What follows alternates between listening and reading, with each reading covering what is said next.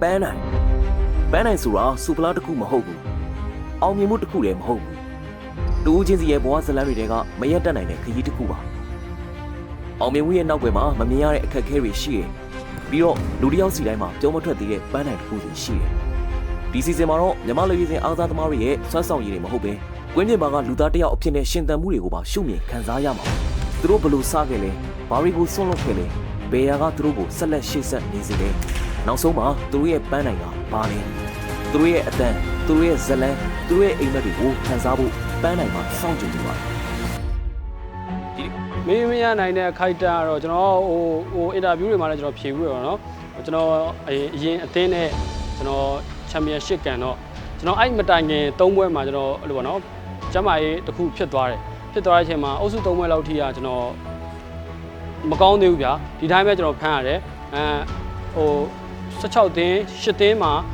ာဒီ YCDC နဲ့ကျွန်တော်ပြန်တွေ့တော့ကျွန်တော်အနီကနဲ့ထွက်သွားရတယ်နောက်တစ်ဆင့်မှာကျတော့၄တင်းအဆင့်မှာကျတော့ YC နဲ့တွေ့ကျွန်တော်အပြင်မှာထိုင်ရတယ်ပေါ့နော်နောက်ဆုံးအဆင့်မှာကျတော့ကိုယ့်ရဲ့ဒုတိယဂိုးသမားလည်းကောင်းနေတယ်ကောင်းနေတော့ကျွန်တော်လည်းအဲ့လိုတော့ဟိုဖြစ်တာတော့မဟုတ်ဘူးဒါပေမဲ့လည်းကိုယ်ကန်တာတာပေါ့နော်ကိုယ့်ဘက်ပြန်လှည့်လာသဘောပဲပေါ့နော်ကိုယ့်ရဲ့ဟိုနောက်ဂိုးသမားက injury ဖြစ်သွားတယ်ပေါ့အဲ့တော့ကျွန်တော်လှည့်ပြန်အောင်လာတယ်ပေါ့နော်အဲ့ဒါတော့ဟိုပြီးတော့ပွဲဖမ်းလိုက်တယ်ပနရီပါရောက်သွားတယ်ကိုကလည်းကိုကျမ်းမာရတဲ့ကိုဆိုတော့အောင်ပွဲခံမှုပါဘူးတော့ကျွန်တော်လောက်ကြီးကောင်းတယ်မရှိဘူးအဲ့ဒါရောက်သွားတယ်အဲ့ဒါလေးကတော့အခိုက်တန်ပေါ့နော်အဲ့မတိုင်ခင်ကတော့ဖြစ်တာတွေပြဿနာတွေပါဖြစ်တာတွေပါတော့ရှိတာပေါ့ဒါပေမဲ့အဲ့လိုဖြစ်ပြီးတဲ့အချိန်မှာတော့ဒီလိုလေးအောင်မျိုးရောက်သွားတော့ဟိုစိတ်ကျဉ်နေရတော့ဗျာအားရတော့ဟုတ်လက်ရှိမင်းမရနိုင်တဲ့အခက်ခဲကတော့ဘယ်လိုပြောအောင်လဲကျွန်တော်တချို့ဟိုဒီကျွန်တော်အကြောက်ဆုံးဟိုကတော့နော်ကျွန်တော်ကစားနေရတာပုံစံဖောင်ပြတ်သွားမှာပေါ့နော်ပုံစံပြတ်သွားမယ်ကိုအာရုံမဆိုင်နိုင်တော့ကိုမလုံနိုင်တော့မှာတော့ကြောက်တယ်ဟိုကျွန်တော်အရင်အတင်းတုံးကလည်းကျွန်တော်စာကိစ္စတွေတချို့ဟာတွေကျွန်တော်ဖြစ်သေးတယ်အဲ့ဒါတော့ကိုထပ်ပြီးတော့ရှေ့ကိုဆက်မတက်နိုင်မှာတော့စိုးရင်လည်းဗျာစိုးရင်တော့အဲ့ဥစ္စာတော့ကျွန်တော်တို့အဲ့ဥစ္စာကိုနည်းဖြည့်ရှင်းရမှာပေါ့နော်ဖြည့်ရှင်းအောင်အဲ့ခက်ခဲလေးတော့ရှိကြတာနော်ကျန်တာကတော့ဘောလုံးနဲ့ပတ်သက်ပြီးတော့ကျွန်တော်မှာတော့ဘောလုံးကန်နေရတော့ပြောတာဖြစ်တဲ့အတွက်တော့လောက်ကြီးတော့ခက်ခဲမရှိပါဘူး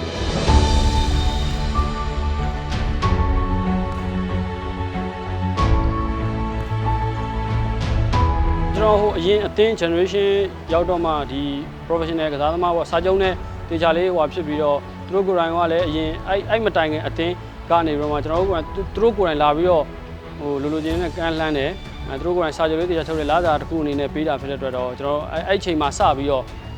ကျွန်တော် professional life တဲ့စရောက်ပြီဆိုတော့ခံစားမိပါတယ်ကျွန်တော်ဘဝကိုပြောင်းတော့ကျွန်တော်မှလက်ဦးဆရာတယောက်တော့ရှိရယ်သူကတော့အခုချင်းလန်းမှာနီးပြလုံးနေကွင်းကြီးရပဲဆရာပါစီပေါ့နော်သူကိုယ်တိုင်ကလည်းကျွန်တော်ခက်ခဲနေမှသူကိုယ်တိုင်ကူညီပြီးတော့ဖြည့်ရှင်းပေးတယ်ပေါ့နော်သူကိုယ်တိုင်ဟိုအတင်းပြောင်းတာအစားသူကိုယ်တိုင်လိုက်မေးပေးတယ်သူကိုယ်တိုင်လိုက်ပြီးတော့ဖြည့်ရှင်းပေးတယ်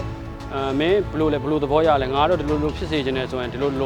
န်တော်ကိုယ်တိုင်လည်းသူဆရာပြောတော့လိုက်ဟိုနားထောင်ပြီးတော့လိုက်ပြီးတော့ဟိုဖြစ်တာပေါ့နော်ကျွန်တော်ရဲ့အဲ့ဒါတော့လက်ဦးဆရာပဲဟိုကျွန်တော်ဆရာပြောခဲ့တဲ့စကားတော့ကျွန်တော်အခုချိန်မှာဆွဲမြဲလိုက်ပြီးတော့နားထောင်တော့ဟိုနားထောင်နေရတော့ပေါ့နော်သူဟိုဖြစ်တယ်ဘောလုံးကိုယူမှဖြစ်မှာဘောလုံးကိုယူသွနေမှဒီတိုင်းကစားလို့မရဘူးသူကိုယ်တိုင်ဟိုယူနေမှဟိုရမှာဆိုတဲ့ပုံစံမျိုးပေါ့နော်သူကျွန်တော်အဲ့လိုခဏနာပြောတယ်အဲ့တော့သူကိုယ်တိုင်လည်းကျွန်တော်ပုံစံတွေပြတ်သွားတဲ့ချိန်တွေကျွန်တော်ပုံစံတွေဟိုဖြစ်နေတာသူကိုယ်တိုင်တစ်ခါကြလို့ရှိရင်ဟိုလာမင်းကစကားပြောကြရှိတယ်လာပြောတယ်အခုဆိုလဲကျွန်တော်ဟိုဒီအနည်းဆုံးလိမှာလဲကျွန်တော်တချို့ပွဲတွေပွဲစခြင်းမှာ performance မကောင်းတဲ့အချိန်ဆိုသူကိုယ်တိုင်ကျွန်တော်လာမင်းကပြောကြရှိတယ်ဒီဘက်တိုင်းမှာအဲ့လိုခေါ်ပြီးတော့ကျွန်တော်ပြောလိုက်တယ်အဲ့တော့ကျွန်တော်ပို့ပြီးတော့အောင်စားမဲ့ဥစ္စာကိုသိတယ်အဲ့တော့ဟိုနောက်ပွဲကြရင်ကိုအမားနဲတဲ့နေအောင်ကိုလောက်လာပါတော့လို့တဲ့အချိန်မှာကိုဒီအကောင်းဆုံးဟိုအတင်းအတိုင်းတာဟိုကာလာတစ်ခုဝင်ခဲ့တယ်ဆိုပေမဲ့ကိုအတင်းအတွက်ကောကိုလုတ်ပေးနိုင်တာဖြစ်ကိုအတွက်ကောကဟို performance တစ်ခုရခဲ့တာပေါ့နော်အဲ့တော့အစုလေးရခဲ့တယ်ပေါ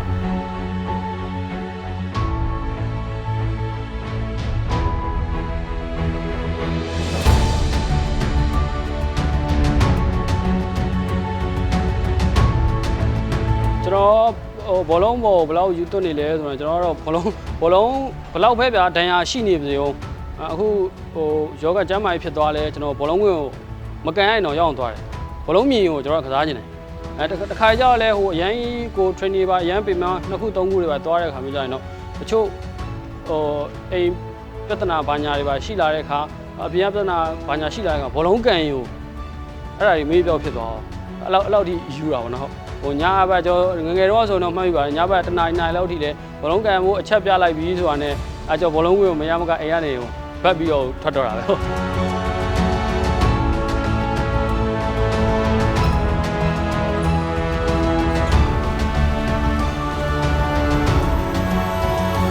ီမှာပြဿနာကျွန်တော်ပညာရေးပိုင်းပေါ့နော်ပညာရေးပိုင်းတော့ကျွန်တော်အားနေသွားတယ်ဆယ်တန်းမအောင်ဘူးဟိုနောက်တက်မဲ့အချိန်ကြတော့လေဟိုပြန်လို့မယ်ဆိုယောဂါတွေဖြစ်သွားတယ်အဲ့ဒါဖြစ်တော့စိတ်ကတော့ဘောလုံးမှနှစ်ပြီးတော့လှုပ်လိုက်တာဖြစ်တော့ဒီဘက်ကိုတော့အဲ့ပေးဆက်လိုက်ရပါတော့နောက်နောက်ရဘူးတာရှိလားဆိုတော့ပြောရရင်တော့ဒါလူမှုပါဝင်ကြမှာတော့ဒီဥစ္စာတော့ဟိုအများပြောစရာပဲပေါ့နော်ဒါပေမဲ့ကိုဒီဘက်မှာရှောက်နေဥစ္စာဖြစ်မလာရင်တော့နောင်တတော့ရမယ်ဒါပေမဲ့ဖြစ်သွားတဲ့အခါမျိုးကြတော့ဟိုကိုယ့်အကူလည်းအားရပါတယ်ဒါကြီးကဟိုကိုအိမ်မှာလည်းဖြစ်နေတော့ဟိုနောင်တရတာလောက်ကြီးတော့နောင်တရတာမရှိပါဘူးဟိုခက်ခဲနေတဲ့အချိန်မှာရက်ဖြစ်လိုက်ဖို့တော့တကယ်စိတ်ကူးမရှိဘူးမရှိဘူးဆိုတော့ကျွန်တော်စိတ်ညစ်တိုင်းဘောလုံးပဲကန်တာဖြစ်တဲ့တော့ဟိုဘောလုံးဝင်ပြအခု professional ဖြစ်နေလဲဟိုသူများတွေခေါ်တယ်လို့ကြေးတတ်မှတ်ထားတာဘာညာအဲ့လိုကတော့မရှိဘူးဗျာကျွန်တော်ဘောလုံးကန်နေရပြီညီလေးလာပြီးတော့ဟိုဖြစ်ပါအောင်လာပြီးတော့ကန်ပြီးပါအောင်ဘာညာဆိုလဲကျွန်တော်ဘောလုံးကန်နေရပြီအချိန်လေးတွားပြီးတော့လွတ်တာနဲ့ကျွန်တော် like ကန်တယ်အဲ့လိုပေါ့နော်ဟိုဘောလုံးနဲ့ပတ်သက်ပြီးတော့စိတ်ညစ်စရာဘာညာအဲ့လိုရတော့လုံးအဲ့လိုရထွေထူးမရှိပါကျွန်တော်ရဲ့ဟိုအခက်ခဲဘယ်လောက်ပဲရှိပေါ့နော်ဘောလုံးကန်လိုက်ရင်ဟိုကကျွန်တော်စိတ်ထဲမှာအကုန်လုံးကရှင်းသွားပြီကျွန်တော်ဘောလုံးပေါ်မှာယူသွမှုကတော့ 100% ပဲလုံးဝအပြည့်ပဲရှိတော့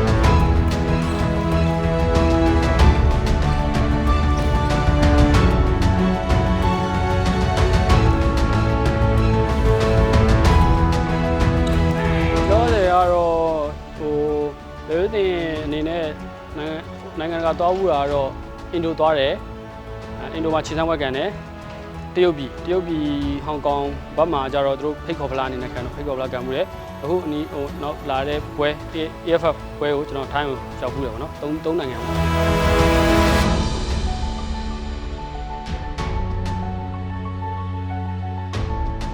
အိမ်မက်ကိုဖြည့်ဟိုအပြည့်သွားပြီဆိုတော့ပုံစံမျိုးနဲ့ကိုနိုင်ငံတော်ချင်းကိုဆိုရတာပေါ့နော်အဲ့တော့ဟိုပျော်လဲပျော်တယ်ဗျာဟိုရင်ထဲမှာတော့ဒီဥစ္စာယူဆိုရတာဖြစ်တော့ဟိုရေပို့ခုံတာပေါ့နော်ဟာဟိုဒါကတော့ကစားသမားကြုံရတယ်ငိုချင်သလိုလိုရီချင်သလိုလိုပေါ့နော်ရင်ထဲမှာဒိန်းဒိန်းနဲ့ပေါ့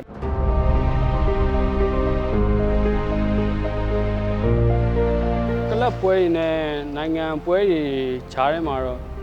တော်တော်များကတော့ဟိုခြားနားတယ်နီးစနစ်ပိုင်းပေါ့နော်အဓိကနီးစနစ်ပိုင်းပဲပေါ့သူတို့မှာဟို technique ဟိုစုံရှိတယ်ဟို training လောက်တာအစပေါ့နော်ပြီးတော့သူတို့မှာဟိုမှာနိုင်ငံတကာသွားပြီးတော့တချို့နီးပြရဲဆိုတော့နော်နိုင်ငံတကာသွားဥပမာသူထိုင်းနီးပြရဲဆိုဘရာဇီးထိသွားပြီးတော့အဲ့တော့ဟိုဥပမာဂိုးသမားနဲ့ပတ်သက်ပြီးတော့တင်တန်းတွေသွားရရှိတယ်အဲ့လိုပုံစံမျိုးပေါ့နော်အဲ့လိုပုံစံမျိုးရှိတော့ technique ဘိုင်းကတော့တော်တော်ကြီးဟိုလိုကျွန်တော်တို့ဘက်ကလည်းလိုအပ်ချက်ရှိသေးတယ်ပြီးတော့ကျွန်တော်တို့ကိုယ်တိုင်ကလည်းဟိုတချို့ဥစ္စာတွေမှာအားနေတာရှိသေးတယ်ပေါ့နော် technique ဘိုင်းကတော့ဟိုလိုက်ပြီးတော့လုံနေနဲ့တိတ်ပြီးတော့အားမရတဲ့အပိုင်းတွေရှိကြတော့ကလပ်အသေးကြတော့ဟိုမှားရင်ကိုဘက်ကကျွန်တော်ပေါ့နော်ကျွန်တော်မှားလို့ရှိရင်ကျွန်တော်အတင်းကိုကျွန်တော်မှားတယ်ဆိုတာဝန်ခံလို့ရတယ်ကျွန်တော်လက်ခံပြီးနားလည်ပေးလို့ရတယ်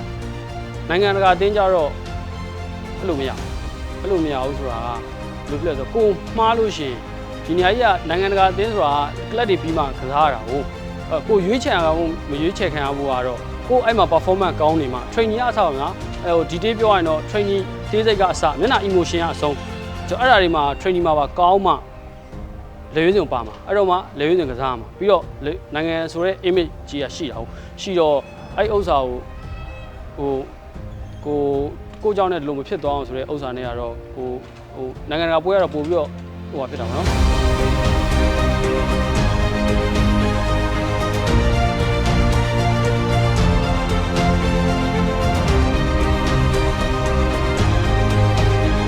ကျွန်တော်အခုကစားပုံနဲ့ပတ်သက်ပြီးတော့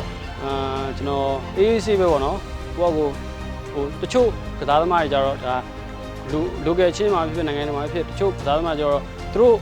တလုံးဂိုးအရှိအကိုပေးထားတယ်တလုံး save လိုက်ပြီဆိုတော့သူတို့ရဲ့အာရုံစူးစိုက်မှုတွေမလွင့်သွားအောင်ပြီးတော့ aggressive ပုံစံတက်တက်ကြွကြွရှိအောင်ဆိုတော့တချို့ကတလုံး save ပြီးအောင်ဝဲခံတာမျိုးရှိကျွန်တော်ကြတော့ဟ လို့နော်သူတို့နဲ့မတူအောင်လိုက်လောက်တာတော့မဟုတ်ကျွန်တော်ပုံစံဟိုကကိုတလုံးစေပြီးအေးဆေးပဲနောက်တလုံးရအောင်ပြန်ပြီးတော့ဖြစ်မယ်ဂိုးပေးလိုက်ရလဲကိုဘက်ကမပြဝါဘူးကပြောင်းသွားရင်ဂိုးပေးရဖို့ကပို့ပြီးတော့များတာဖြစ်တဲ့တော့မပြောင်းဘူးတော့ကိုကအေးဆေးဆေးလေးပဲအောင်မဲခန္ဓာမျိုးဘာလို့ကျွန်တော်အဲ့လိုတော့တိတ်ပြီးတော့မလုပ်ဘူးပေါ့ဗျာအဲ့လိုဟိုကိုပေးလိုက်ရလဲနောက်တော့ကိုမပေးရအောင်ပဲကိုယ့်ဘာပဲအောင်ပြန်စိုက်တယ်ဟုတ်အကြီးဆုံးအားသာချက်တစ်ခုအနေနဲ့ကတော့ကျွန်တော်အတင်းရတယ်ကျွန်တော်နီးပြတွေရောအစားကစားသမားတွေဆုံးကကျွန်တော်ချစ်ကြတယ်ဗျာပြီးတော့ကိုယ်တိုင်နဲ့စူးစမ်းပန်းစားလုပ်တာဖြစ်တော့အဲ့ဒါတော့အားသာချက်ပေါ့နော်ဟိုအဆင်ပြေအောင်နေရတော့ကျွန်တော်အားသာချက်ပေါ့ဘယ်နေရာပဲရောက်ပေါ့ကျွန်တော်လူချစ်လူခင်ပေါ်တော့အားသာချက်ပေါ့ကျွန်တော်အားနေချက်ကတော့အဓိကတော့ဘောလုံးပွဲတွေအပြင် personal ကိစ္စတွေကအစားကျွန်တော်တခုဆိုပေါ့နော်ကိုစိတ်အစင်မပြေတော့ခါမှကြမျက်နှာလေးပြောင်းတတ်တယ်ကျွန်တော်အားနေချက်ပဲဟိုလေဝင်းစင်မှာဆိုလဲကျွန်တော်အဲ့လိုပေါ့နော်တစ်ခေါက်ကနီးပြ ID ထိုင်းနီးပြစစရောက်တဲ့အချိန်မှာကျွန်တော်မျက်နှာ emotion तू ကတော့ဗျာတဲမပြောဘူးဆိုရင်ပဲ तू မျက်နှာ emotion မကောင်းဆိုတဲ့ဥစ္စာကို तू ဒီလိုပြောတဲ့အချိန်မှာကျွန်တော်သဘောပေါက်လိုက်တယ်ကျွန်တော်မျက်နှာ emotion ကစိတ်ထဲမှာအစင်မပြေတော့ဘူးဆိုရင်မျက်နှာ emotion က down တက်တယ်အဲ့ပြဿနာလေးတော့ကျွန်တော်ရဲ့အားနေချက်ပေါ့နော်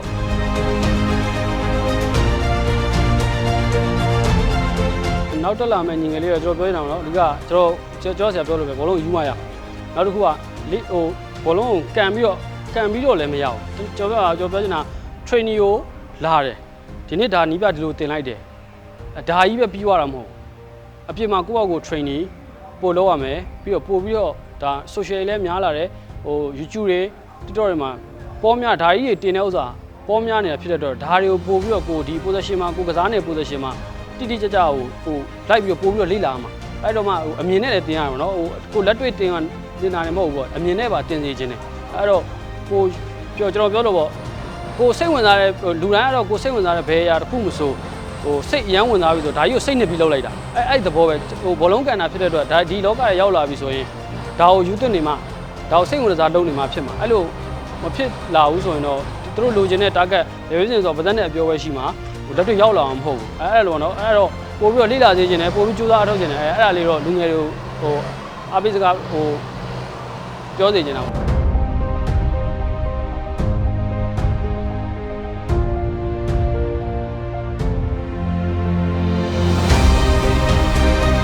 ဖြစ်ချင်တယ်ကျွန်တော်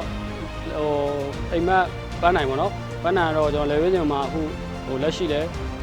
ဟိုကစားနေရတဲ့ဒီထက်ပို့ပြီးတော့ကိုကောင်းတဲ့ performance ပေါ့ဘာမှလေရွေးစင်မှာကြည့်လိုက်ပြီဆိုတော့ဟိုပရိသတ်တွေကအားရတဲ့